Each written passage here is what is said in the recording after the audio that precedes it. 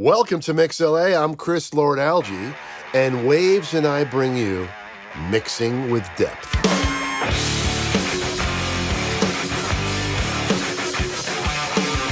Something I do every day, something I've been doing my whole life, is trying to create more and more depth. Depth is part of every mix I do. I feel that every mix has to surround you.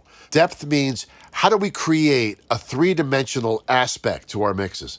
How do we make them become something that surrounds you, something that is all-encompassing? For me, it's simple. It's been an accumulation of how I use effects, utilizing reverbs, delays, combining them to create a palette that creates a three-dimensional aspect in your mixes.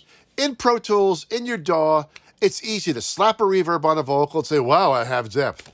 That's not really depth. That's more of a mistake, okay? Because what happens is this reverb becomes very obviously the only thing in the record that sounds different. To me, mixing with depth means not just adding reverb or adding a delay to this or that. It means creating a landscape that actually gives you dimension, okay? By just adding it here, adding it there, that's not the case. It's kind of actually making a dimension out of the whole thing by putting your mix into a space, okay? Putting it into a place where you can make it something different. I'm going to explain how it's accomplished on my workstation, okay? We're going to go back in time and show you how we work on vintage equipment, okay? This is my workstation. This is how I do it. Further on in our program, we'll explain to you how it's done in Pro Tools, but I'm showing you how I get the sound I want in my head through what I have, my tools here. The world that I came from was very simple.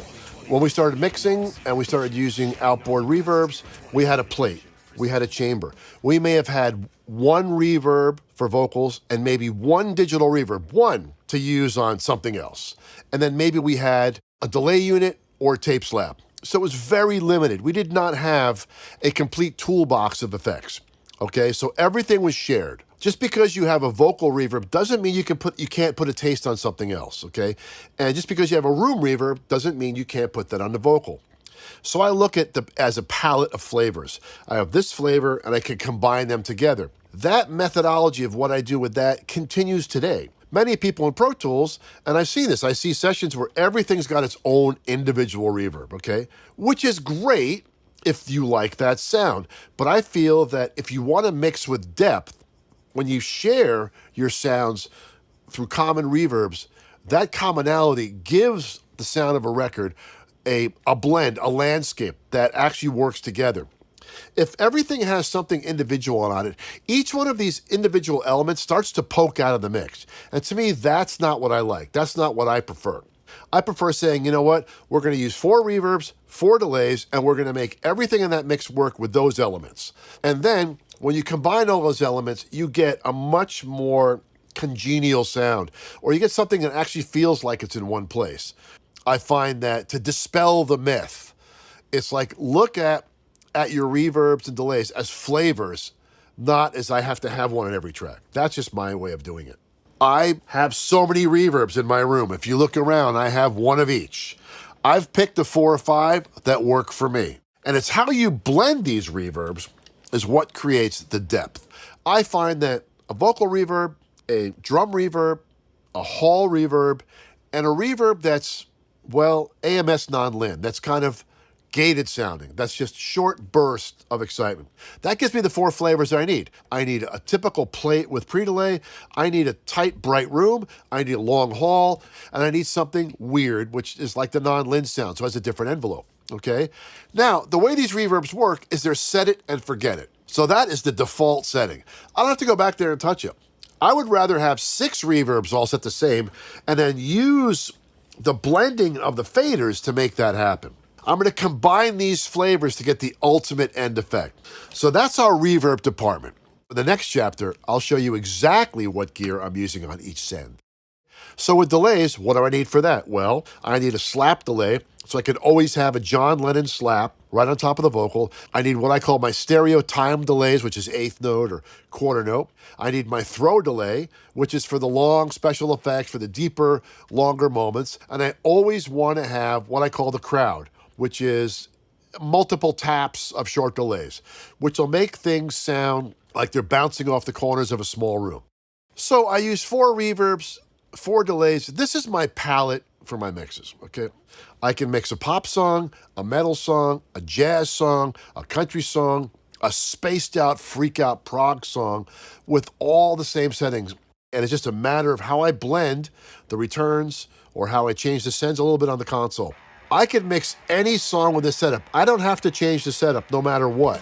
I can change some delay times, obviously, but I can still use this same palette on anything.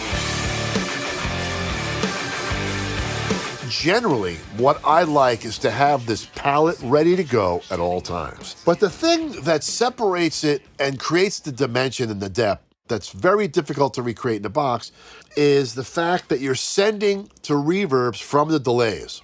So I have the option of sending any one of my delays to any one of my reverbs to set it back into the mix. For example, if the vocal has a vocal reverb on it, a little bit of room reverb on it, right? Then why shouldn't the delay that you're putting on the vocal have the same thing? So that's the mentality. So that's what I want you to think about. When you're looking at a landscape of the Wild West, of the backdrop of America, and you see great hills and mountains and fields, okay? Imagine your music is bouncing all the way back there. So when you put reverb, short, long, whatever, on your delays, it starts to layer this effect that goes deep into the background. To me, that's the difference, to be able to do that. If I didn't have reverb on my delays, they would sound so apparent.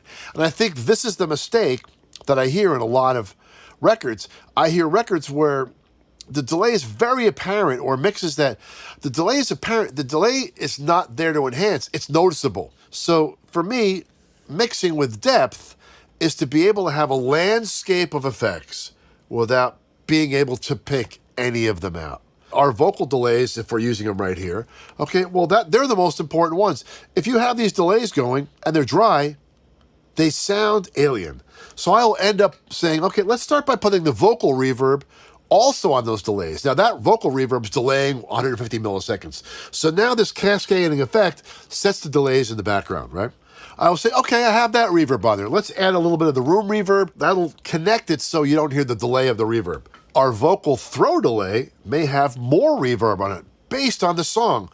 If I want something to sink back into the Wild Wild West, I have this palette of adding reverbs to the delays, okay? If I want it to be in a smaller landscape, less reverb on the delays. But the thing in the mixing, this what makes it even more interesting. Because you have these returns, they're not fixed, okay? I'm sure many of you in Pro Tools will have your reverb returns set and forget. No, to me, manipulating your returns, it makes the three-dimensionality happen, right? So by writing these returns at certain moments or certain scenes, you create almost a movie out of it. I set up the Wild Wild West. I have mountains, I have rivers, I have streams, I have trees. Everyone is in the same place. They feel connected and seem together. So I think that's part of the magic to me, is by using the reverbs in that fashion. Let's talk about the landscape. Let's talk about the space I create. There's nothing natural about it. I'm not trying to create a natural cathedral or natural room. I really don't care. I'm trying to just make music sound cool. And by doing that, I use the tools I can to make space or to extend stuff or make it sound wide or three-dimensional. I think mixing is really all about what do you hear in your head and what do you want the effects to do. I never think about, I want to make this sound really organic and natural. The words organic, natural, warm, what does that mean? It's bullshit. It means nothing to me, okay? Okay, if you want something to be warm and analog and organic, okay, that's dull. That means you probably have less effects on it. So let's translate those stupid words into, you hear a song and you're like, okay, you know what? That song's not going to really work if I put tons of delays and reverb on it. And actually, song's going to work really dry and really forward. Nothing we do in mixing is organic. It's all manipulating the audio. So that's exactly what I try to do here, is not worry about any of those rules or barriers. I just bust the barriers down and make it cool. Now that we've covered what I use in putting together my mixes, let's move on and I'll show you exactly what pieces of gear I use in my next episode of mixing with depth. It's 2020 vision, we can all see division. Shedding all our glasses, getting 2020 vision. Precision, more clarity in sight. People come together, see more clearly wrong and right. No more blind, it's 2020 vision.